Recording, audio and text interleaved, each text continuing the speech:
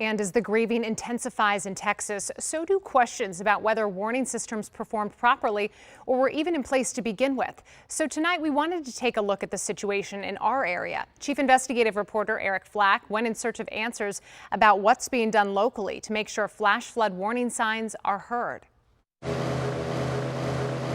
A sea of questions surrounds flash flood warning protocols along the Guadalupe River in Texas. Less than 4 years after Montgomery County, Maryland, faced its own flash flood tragedy. And that incident proved that flash flooding can be deadly here. Absolutely. Absolutely. In 2021, a 19-year-old drowned trying to save his mother from flash flooding that overtook their Rockville apartment building, where there was no flood sensor to trigger a warning. Since then, Montgomery County has worked to install 35 next-generation sensors in flash flood-prone areas.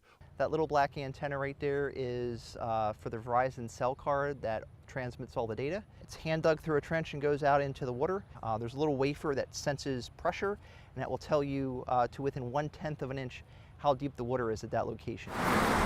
Beach Road here in Montgomery County is one of the problem areas. They've put one of these flood sensors. If it goes off, they'll close these yellow gates behind me manually so cars don't get into trouble. The goal is not just to prevent injuries, but water rescues here across the board. Across our area, the National Weather Service says sensors like those trigger a network of various notification systems, leading to at least 44 official flash flood warnings between October of last year and June of this year. Well, all of them have it. But emergency management leaders say even with the high-tech detection equipment and an expansive alert system, ensuring advance warning for everyone is nearly impossible. I mean, I think, one of the things they've always said is if you live where it rains, you live where it floods.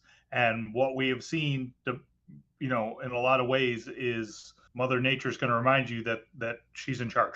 And those are the worst case scenarios. Worst case scenarios like the one in Texas, a deadly reminder of how critical advanced warning systems can be. Eric Flack, WUSA 9. Eric, thank you. We have asked and are waiting to hear from D.C. emergency management officials about the district's flash flood warning systems. One thing those experts stress is that you need a way to get weather information at all hours of the day.